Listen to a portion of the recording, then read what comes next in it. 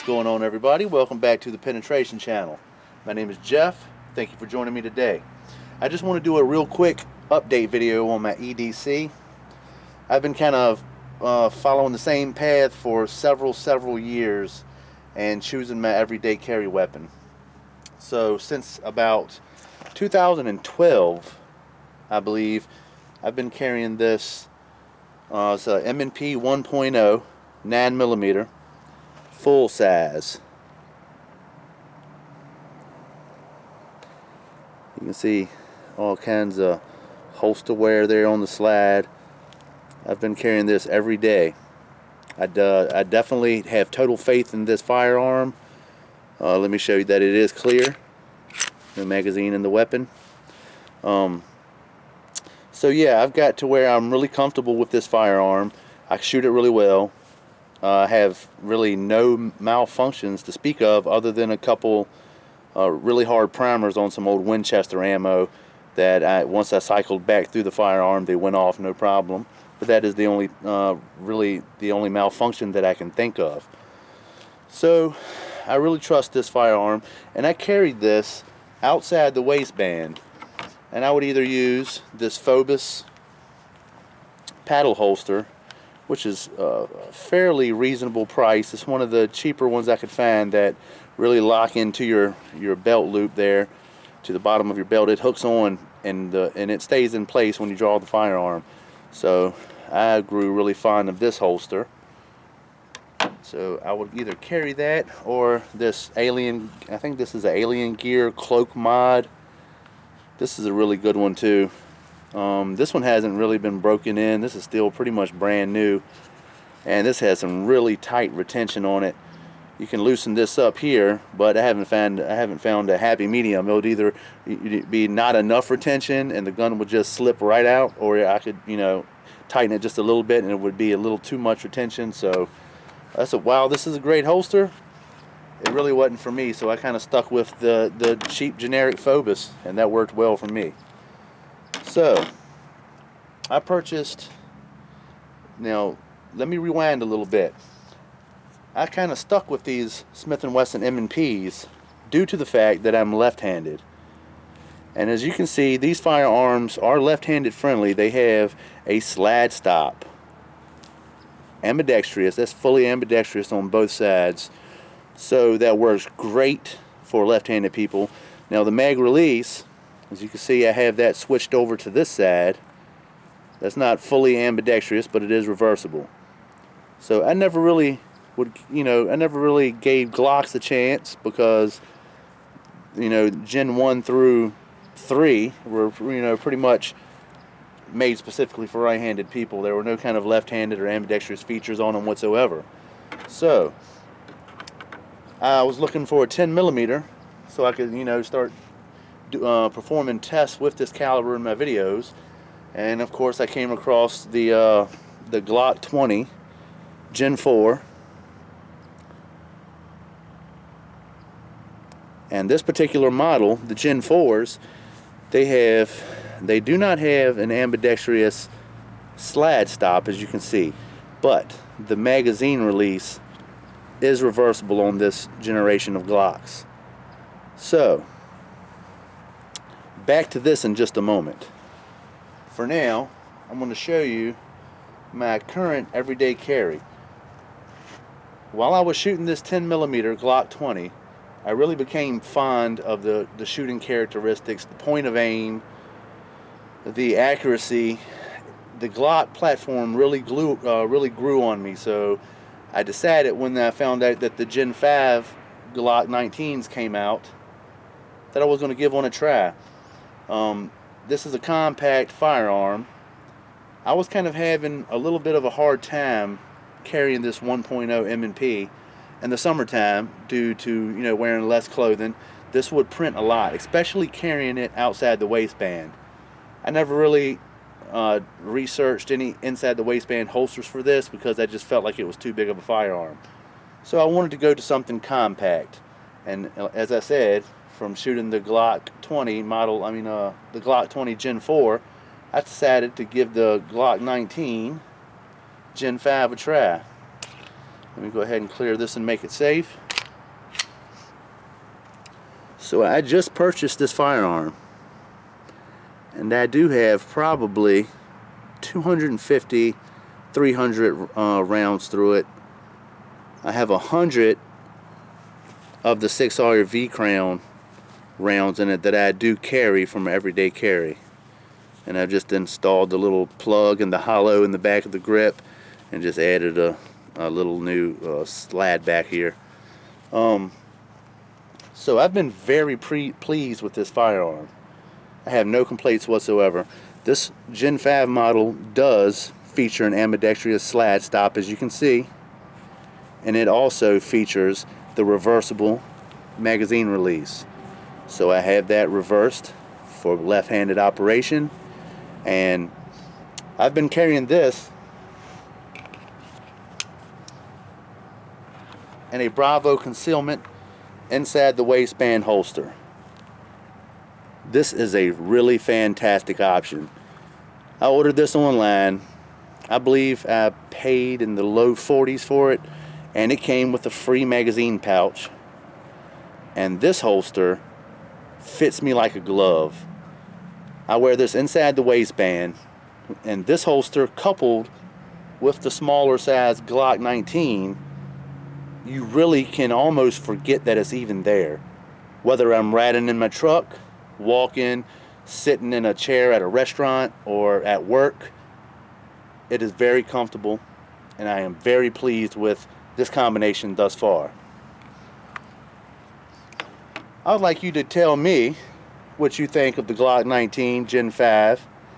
If you think that I upgraded to a Glock Gen 5 from the M&P 1.09mm, or if I downgraded, your opinion does matter to me. The only real difference is, to me, the 1.0 M&P does carry 17 rounds in the magazine, 1 in the chamber, versus the 19 with a 15-round magazine. But I do carry a spare magazine made for a Glock 17, which is holding 17 rounds. I keep that in my spare mag carrier.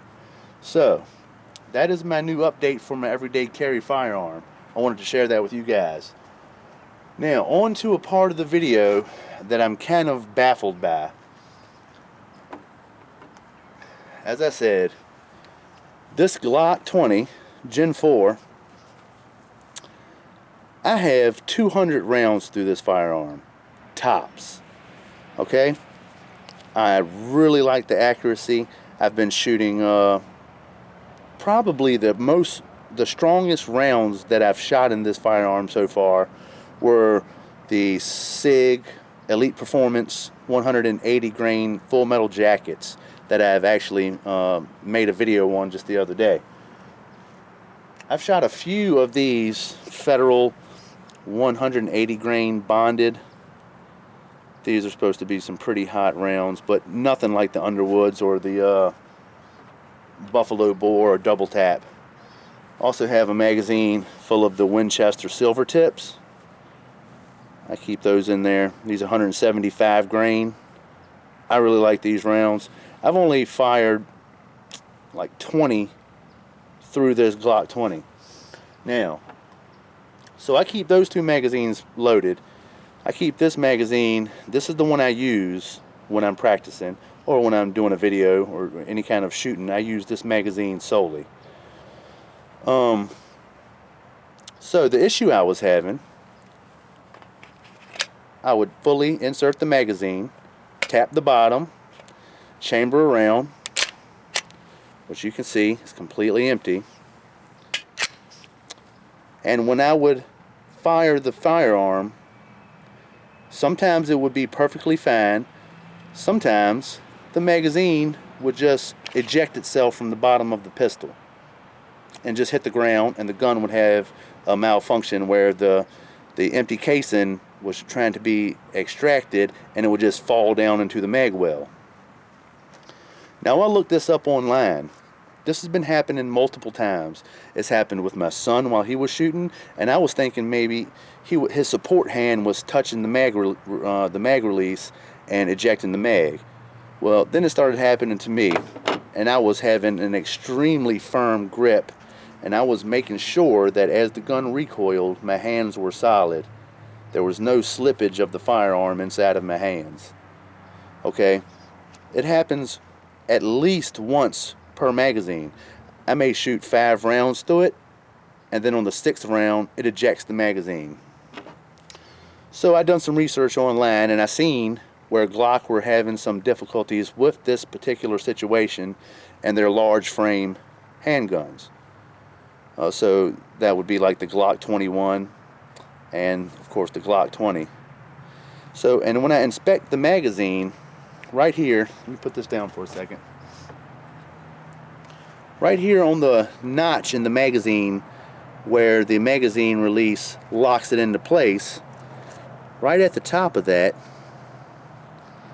I don't know how good I can get that to show up, but it's chewing that plastic up. That polymer is becoming deformed and misshapen.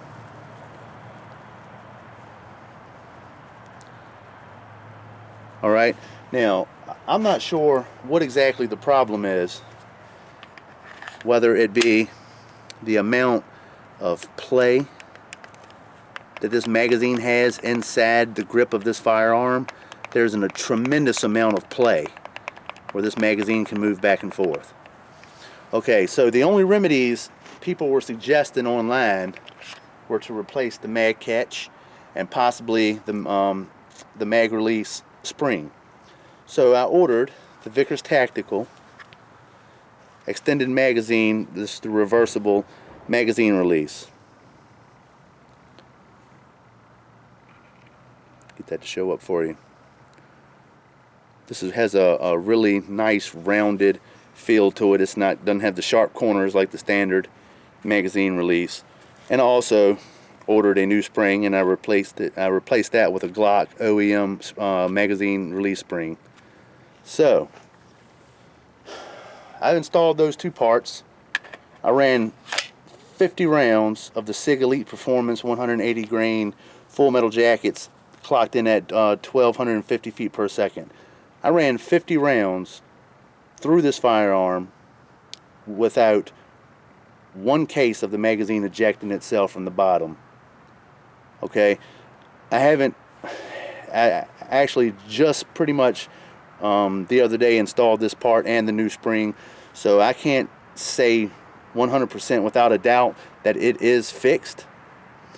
All I can say is that I ran 50 trouble-free rounds through it since I did the replacement, and I got my fingers crossed, because that's kind of unnerving when you have a firearm that shoots its own magazine right out of the bottom of the grip.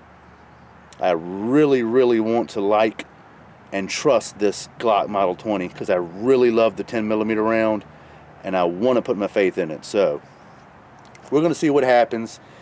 If this problem persists, I will reinstall the OEM magazine release and ship this back to Glock, as this firearm is probably 6 months old tops. So we'll see how that goes. In the meantime, I have a video coming up soon featuring the Glock Model 20 10mm with those SIG Elite Performance FMJs, putting that up against the 357 SIG. I'm going to be shooting those two through 6" by 6" by 1/8" thick aluminum panels. These aluminum panels this time are 7075 T6 aluminum, aircraft grade aluminum. So I'm very anxious to get this test done. I just wanted to upload this video real quick to update you guys on my everyday carry, maybe get some comments, see what you think, and also to inform you of the issues I was having with the Glock Model 20. Now, I'm not sure if that was just a problem with, like I said, the extra space inside of that grip, the mag well, or if it's because maybe I reversed the magazine release. I mean, it's designed to do so. Not sure why that would be causing the issue. I really don't know. If you guys could chime in the comments and tell me if you guys had any problems like that with maybe the Glock 21 or the Glock 20 yourselves, Gen 4, I would really appreciate it, because I want to do whatever kind of troubleshooting necessary before I actually have to send this back to Glock. you can see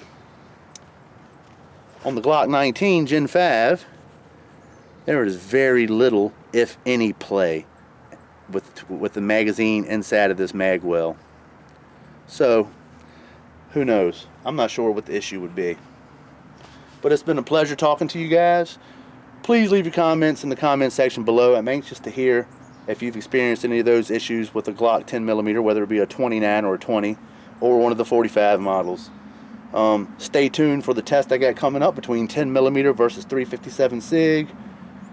And we'll get back to you next time. Don't forget to like and subscribe if you haven't already.